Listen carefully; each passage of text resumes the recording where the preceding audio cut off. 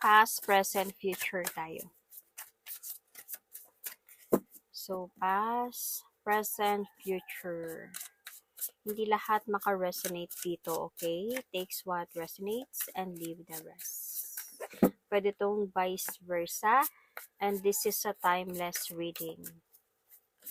Kung kailan ninyo mapanood to, kailan to dadaan sa wall ninyo, and feel ninyo yung reading na parang sa akin to parang personal reading ko to, then might be sa inyo yun. So, pass. Merong natapos sa inyo. Pwedeng ang natapos dito is either marriage, commitment, family, something ganyan. Kasi meron talaga ditong serious commitment. So, either marriage or yung bang parang what you call this, live-in situation, ganyan. So, may nawasak na pamilya talaga. So, naghiwalay kayong dalawa, na-end yung cycle ninyo. But then, feeling ko, sa past pa to ha, sa past to, yung person mo parang hindi siya nakakatulog sa gabi thinking about you, your family, your might be children or child na binuo ninyo. Hindi siya nakakatulog talaga. Sobrang bothered siya talaga dito. Konsensya, regrets about what this person did to you while you are trying to move on, trying to be practical, siguro para sa anak ninyo, trying to live life, you know, while this person still loving you talaga. So, ito yung nangyari in the past. Let's see first. See? Ang bigat na mga nararanasan niya nung nawala ka. Kumbaga, nahihirapan talaga siya nung wala ka. While ikaw guarded ka talaga because of parang gusto mo na din mag-move on. Kasi pag ito kasi talaga yung nangyari sa inyo, betrayal talaga to. Or something na sobrang sakit. So, pinakamasakit na naramdaman ninyo sa tanang buhay ninyo. Ganon nang nangyari sa'yo. Kaya, parang para sa'yo, okay na yun. Na nandito na ako, happy, okay na ako sa buhay ko, ganyan. Let's see first, okay?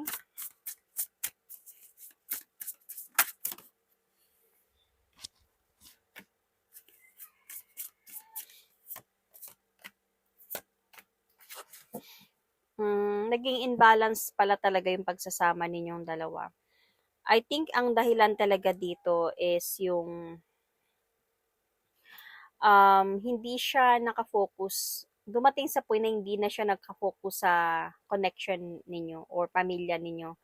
Well, responsibility, walang problema. Pero parang sa pagsasama ninyong dalawa, parang naging imbalance na yung sitwasyon. Parang feeling mo, may mga bagay na hindi na totoo sa kanya. Sa mga sinasabi niya, ganyan. Parang madami na siyang excuse. Kasi nga naiipit na siya sa sitwasyon dito. So, parang nag-uusap man kayo, pero parang feeling mo may someone else. Parang feeling mo may pagbabago. Parang hindi na okay to. Parang may nagbago sa kanya. So, yun, until sa point na nalaman mo yung katotohanan, definitely, kasi nga nasaktan ka, 'di ba? So, until sa you cut off, ikaw yung nakipag-iwalay sa kanya. Ikaw yung nag-cut off ng connection. Siguro nag-try pa to siya. Nag-try siya na wag natin gawin to, wag tayo maghiwalay. Pero you did not accept the offer anymore. Siguro dahil na din, feeling ko pagod na pagod ka na. Parang you want to have some changes in your life. Kaya you cut off the cycle na. So, let's see. At this present,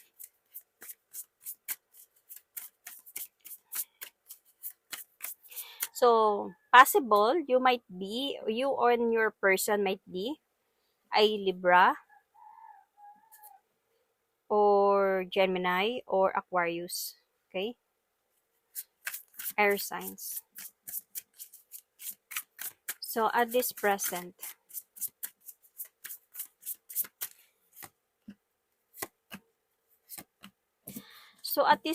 situation, hindi pa din kayo nag-uusap even up until now. Hindi pa rin kayo nag-uusap. Pero feeling ko kasi, you are still also observing this person kung kailan siya babalik siguro, kung kailan siya magsisisi, kailan niya ayusin yung mga dapat ayusin. Nandun ka sa point na gano'n, ino-observe mo yung sitwasyon. Pero you are not talking. Actually, nakakaramdam ka na ng coldness from this person eh. Parang, yan, sabihin natin na ito yung mangyari sa inyo, pero parang gusto mo magbago siya. Gusto mo pa din na bumalik siya at sabihin niya, nagsisi ako, ayusin ko to, para sa atin, ganyan. Pero ikaw, kahit ganun, nararamdaman mo yung coldness from your person or from your husband, emptiness or something, nagiging practical ka pa din, nagpapatuloy ka pa din talaga to might be continue, syempre para sa mga anak ninyo, para sa sarili mo. Ayaw mong ipakita sa kanila yung parang bagang weak ka, na palagi kang umiiyak or something. So, ikaw nagpatuloy ka, nagiging practical ka lang, pero ino-observe mo siya kung magbabago ba siya sa ginawa mo or hindi. At this present to, you're still not in communication even up until now. But yung person mo kasi I think sa kanya is mahal ka pa din niya. Mahal ka pa din ng person na to. Nagsisi siya sa ginawa niya actually. But then, ang problema sa kanya, nagsisi nga siya, hindi naman niya iniwan yung dahilan ng pag-iwalay ninyong dalawa. Kumbaga, they are still together. Maybe part of him siguro na nalulungkot siya, pero parang nagko-continue pa din sila. So, parang narcissistic lang ang peg ng person na to. At this present. But let's clarify, okay?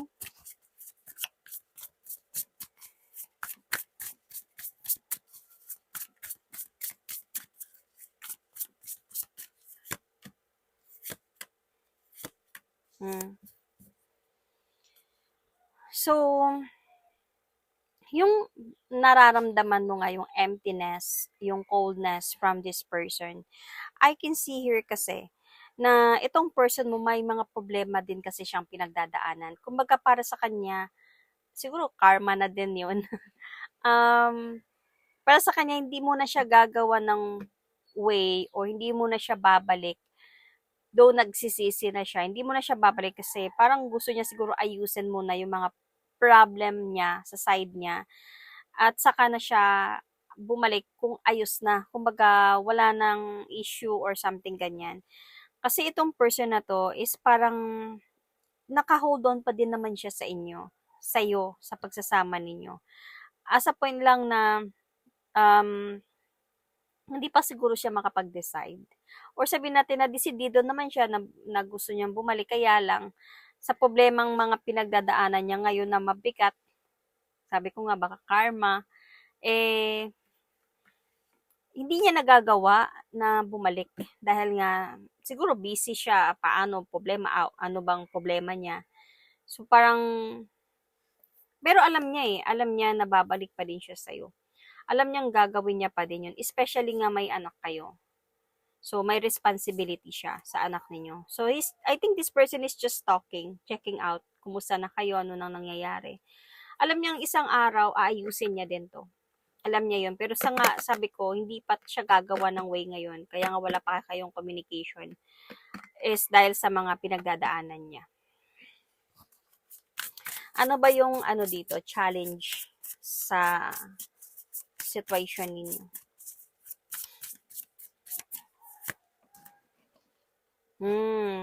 Kulang siya sa confident. I think. Siya yung tao. Isa din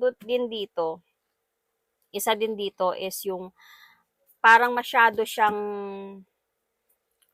involved sa social media could be. So, siguro nowadays, masyado siyang um, what do you call this? Parang na sa may TikTok, ganyan, group chatting, live or anything, game online.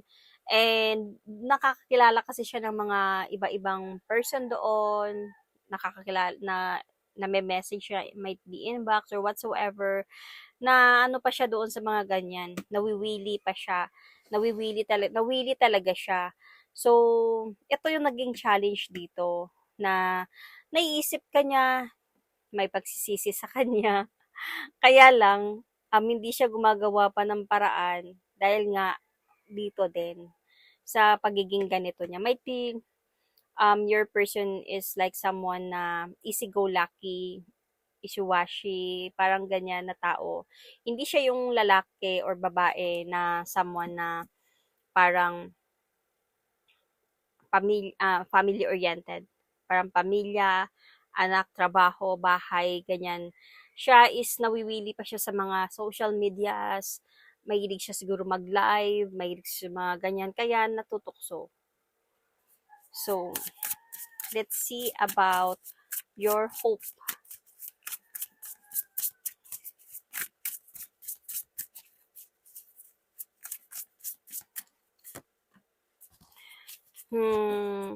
Honestly, wala kang hope. You are very much confused talaga. You are confused. Siguro ang hope mo lang talaga dito is yung parang hindi mo na siya iisipin at magpapatuloy ka na lang sa buhay mo. But you are confused because you're still thinking about this person. You're still thinking about or might be believing na baka magbago pa siya. Baka ayusin niya pa tong pamilyang ito. Pero yun yung confuse mo sa mga nangyari. Parang dapat hindi ko na iniisip to eh. Dapat magpapatuloy na ako. Pero bakit parang meron pa rin akong hope. So, but you're really hoping na sana magpapatuloy na ako. But your fear here is,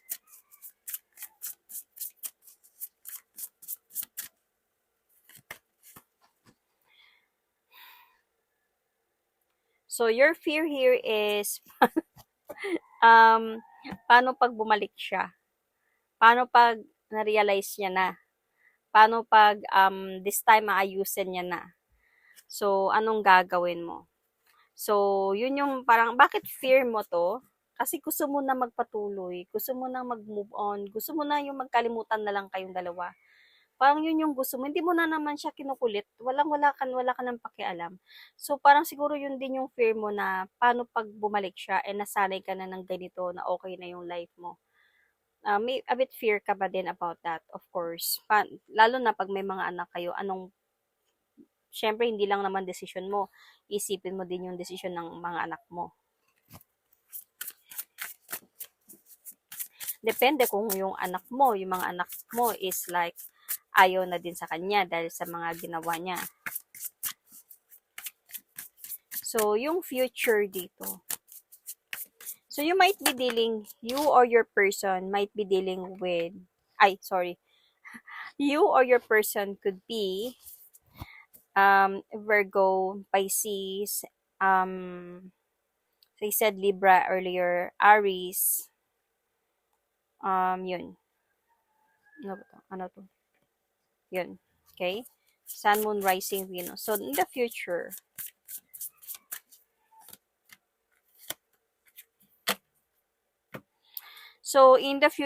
you will going to choose yourself. Good, okay naman, good naman. Kasi mas pipiliin mo na talaga mag-move on. To reach your goals, to have your freedom, magpatuloy sa buhay nang wala siya. So, mas pipiliin mo yun. Bakit? Kasi itong person na to, hindi ibig sabihin hindi na siya magparamdam sa'yo. Magpaparamdam pa din to siya sa'yo. Magta-try pa din siya ng best na ayusin to.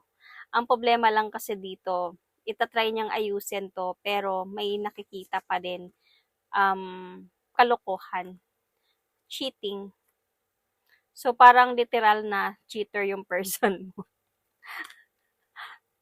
Mag-o-offer siya sa'yo ng love again and magipag-usap, ayusin to. Pero parang para sa'yo, napapagod na ako.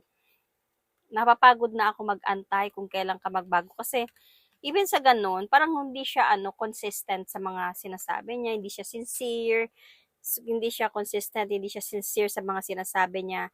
Hindi talaga siya loyal kasi nga nagchi-cheat siya, ganyan. And kaya you really end this na. Parang para sa'yo, no matter what you do, no matter what you say, ano man yung sasabihin mo pa, kahit pa siguro pakasalan mo ako ulit or papakasalan mo ako this time, hindi na kita tatanggapin pa. Kahit pa siguro mahal pa kita, may sabihin natin na hindi madaling makalimutan ka, pero hindi na kita tatanggapin pa. Kahit pa siguro may mga anak tayo, matagal tayo nagsama, hindi na kita tatanggapin pa kasi mas pipiliin ko na yung sarili ko. This time around, tama na yun. Siguro, nung bumalik siya, nag-try ka pa na magpatawad. Kaya nga dito parang nagpatawad ka siguro, nagkabalikan kayo. Might be in the future to ha, nagkabalikan kayo, nagpatawad ka, pero parang nothing's happened. Parang nagsorry ka, bumalik ka, for what? Bakit ganito pa din? Bakit may panloloko pa din? Bakit may mga naririnig pa din ako? Ba't may mga nakikita pa din ako? Nakakapagod na. So, yun. You might also be dealing, you or your person might be Aquarius, Capricorn, yun lang. And I think it joke. Gemini, again, Pisces, could be Virgo. Sun, Moon, Rising, Venus. So, that is my reading for you. Thank you and God bless.